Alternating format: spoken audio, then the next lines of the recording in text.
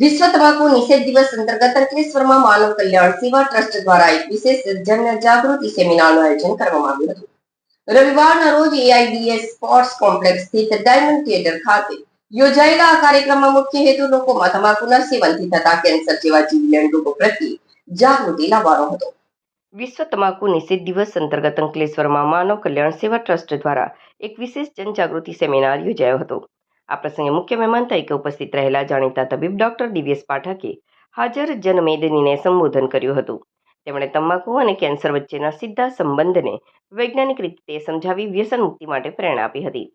કાર્યક્રમમાં આ પ્રસંગે નોટિફાઈડ ભાજપ પ્રમુખ જય તેરૈયા, પૂર્વ નોટિફાઈડ ભાજપ પ્રમુખ જસુભાઈ ચૌધરી, પૂર્વ તાલુકા પંચાયત પ્રમુખ doctor Nitendrasinh Devdhara, notified board chairman Prabodh Patel સહિત મહેમાનો ઉપસ્થિત રહીને સંસ્થાના પ્રયાસને બિરદાવ્યો હતો.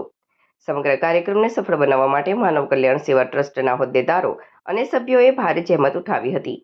સેમિનારમાં મોટી સંખ્યામાં સ્થાનિક નાગરિકોએ હાજરી આપી તમાકુ મુક્ત સમાજ નિર્માણના સંકલ્પને ટેકો જાહેર કર્યો હતો.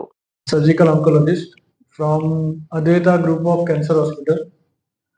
First of all, Sandeep ne thank you કહું છું કે he organized this a very important aspect of cancer treatment, that is prevention.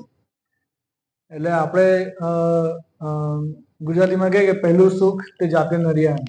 તો ઇંગ્લિશમાં એનું છે કે prevention is better than cure. So જ્યાં સુધી અવેરનેસ થાય નહીં, જ્યાં સુધી આપણે જે સાચી વિગત છે એને સમજીએ નહીં, ત્યાં સુધી તંબાકુની જે વિનાશ છે, જે પ્રોબ્લેમ છે એની સાથે ડીલ કરી શકીએ નહીં.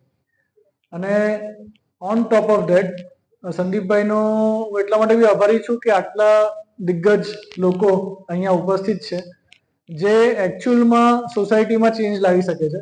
એઝ અ ડૉક્ટર જે મારી પાસે પેશન્ટ બનીને આવશે એ લોકોને હું ટ્રીટમેન્ટ કરી શકીશ. Other than that, without this platform or તમારા સહયોગ વગર it's almost next to impossible કે જે વર્લ્ડ નો ટોબેકો ડે છે એમાં કંઈક સિગ્નિફિકન્ટ કન્ટ્રીબ્યુશન હું કરી શકું, પ્રેક્ટિકલી સ્પીકિંગ.